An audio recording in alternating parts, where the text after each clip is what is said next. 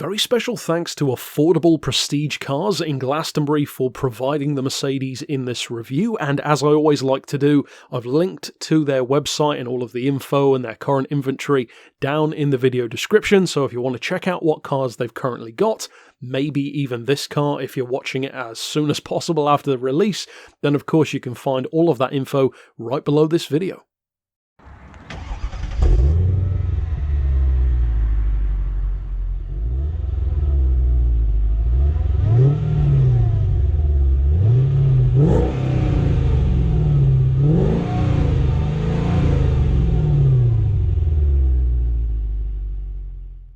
One of the earliest vehicle reviews I did in Beards and Cars was actually for a different version of this platform, the C32 AMG, and if I recall correctly, I think I mentioned in that video, and of course you can check this for yourself by clicking the annotation on the screen, I think I mentioned wanting and hoping to review a C55 in future to compare it to it. Well, here we are, because that's exactly what I'm doing. Now, the shocking thing to me, and for some people this might not be a surprise, but for me it really was, a pleasant one in fact, is that these cars are so much more different than I would have ever thought. It's not just a case of one car having a slightly bigger engine than the other or slightly more or less power. They feel legitimately like totally different models, even though they're both the C-Class. Now, one was the wagon and this one is the sedan, but I'm talking beyond that. And spoiler alert, I can very clearly tell you what kind of buyer should be looking into which one of those two cars right now. If you're younger, go for the C32. It feels like a hot hatch that happens to be in a wagon body. Very much so, in fact, like what you'd expect today from like a Volkswagen Golf R estate or a Skoda VRS estate. That's the kind of vibe that the C32 gives off. It's got that thumpy 6-cylinder engine, it's louder, it's more over the top, and it feels much happier through corners. Whereas this car is much more traditional and I would say geared toward what might be more of like a Jaguar owner's age, like 40s, 50s and beyond. Now, some of those owners might find it a little bit too powerful, but I think most won't. In fact, it feels quite similar in my opinion to what you'd expect from like a Jag S-Type R. It's that kind of power delivery where it's fairly understated. It's a big engine for sure, but it doesn't feel anywhere near as brutish as you would assume it would, and that is part of the reason why I think a younger driver might not enjoy it as much. Now, to speak to a couple of the things that I actually didn't like about this car, because there aren't that many, which is good, there are two things in particular. One is an important one, and one is more subjective. Now, the thing that I don't like is actually very similar to the main thing that I didn't like about the ML55. Same era of car from that Daimler-Chrysler merger, wherein a lot of Mercedes models became, no offense to my American fans and friends, too American. They felt soft, sluggish, bloated, and not really what a Mercedes should be like. In fact, one of the primary ways that you can feel that is the steering dead zone. You can move the steering wheel in the ML55 that I drove a good 6 or 7 inches to the left or right without the car actually changing direction. I hate that feeling because it makes the car feel really floaty and light and unsure of itself. This suffers from the same thing, although not as bad. Now, as I said, that may just be the cars that I was driving, but the fact that both the ML and this one had it makes me think it's probably more than just a one-off. It's a product of its time. It does seem to be a distinctly 90s and 2000s kind of thing where you have a lot of dead zone in certain cars, but I don't like it. It makes the car feel less sure than it should be, especially with all that performance on tap. Now, speaking to the performance, the difference between this and a C32 isn't as massive as you'd assume, given the engines, in terms of size and cylinders, being way different. One's a 3.2 supercharged V6, one's a naturally aspirated 5.4 V8. Now, the difference in power is that this one has, depending on who you ask, 362, 367 horsepower, that kind of region, to the 349 of that V6 engine car. So again, not a huge difference, only around, 20 horsepower between the two. The torque, though, is the main difference, and I will say you can feel it. And I'm going to talk about that difference in just a second. Because this car has 376 pound-feet to the 332 of that V6 engined C32 AMG. In terms of Newton meters, this one has 510, that car has 450. So a pretty big difference, a far more significant difference than the power. And the reason why it's significant as well is because this car is all torque. The C32, on the other hand, is all power. That engine, that supercharged V6, loves to be worked hard. Higher revs, keep your average speed up through corners, chuck it through those curves, as I said, very much like a hot hatch.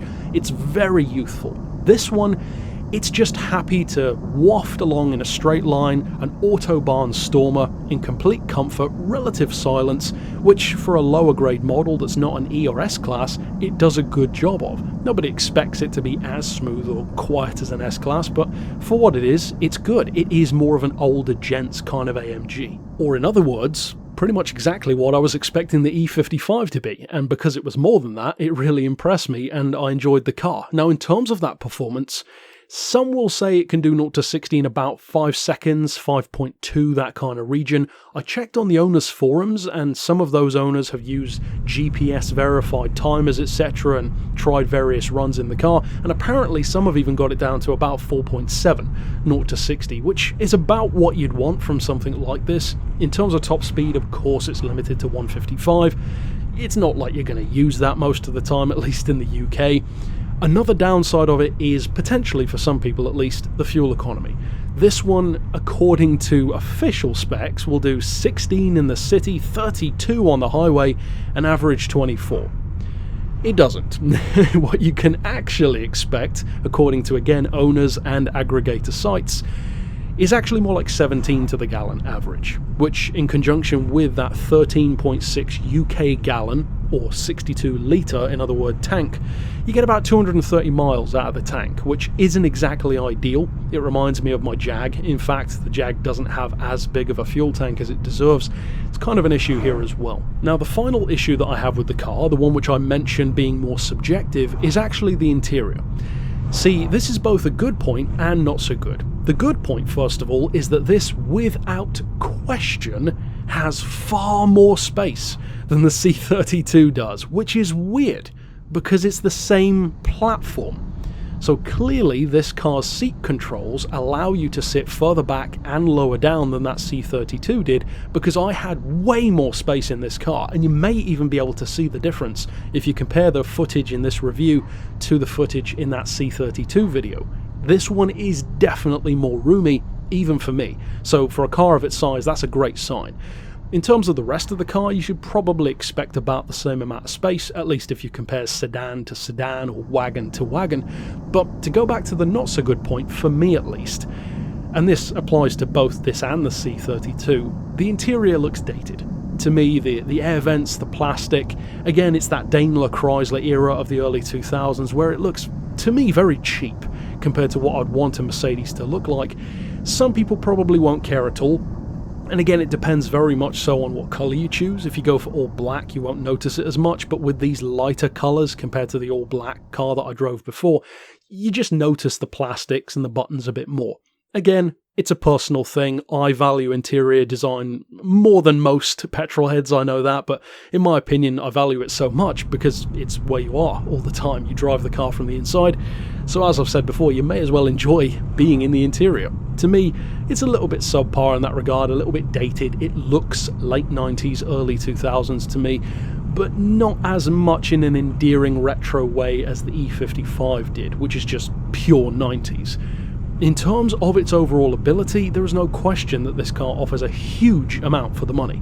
You can buy one of these for about 8 to 10 grand currently in the UK, and I'm sure that varies a lot depending on where in the world you are, and also if you can even find one. Much like the C32, these are pretty rare. In fact, very rare. There are like a handful of these on Auto Trader, and when they come up, they don't tend to last that long. Most of them are silver, unsurprisingly, so if you are in the market for an absolute sleeper, there are a couple of options, and this is definitely one of them. And of course, these two aren't the only options. If you're willing to go a little bit older, you could even get something like a C36 AMG or the C43, both of which I'm yet to review, but really hope to again in future. So who knows, maybe I'll be looking back on this video when I mention it in that video down the line, but we'll have to wait and see, of course. Overall, my verdict on the two cars, without getting too much into rivals match territory, is that, as I said earlier on in the video, it really is all down to what you want from the car. If you are younger, I believe strongly, probably something like 8 out of 10 times in fact, most younger drivers, say anyone under 30, will probably prefer the C32. It's simply more fun, and that's, as far as I'm concerned, really all there is to it. There's not much of an argument the other way.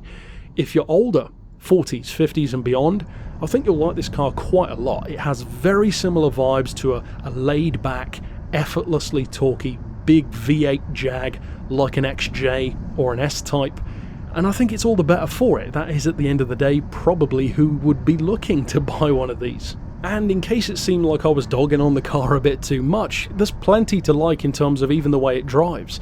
The steering not so much, but the way it handles itself through corners is not impeded by that. As I said, it's just the feel of the steering kind of puts me off.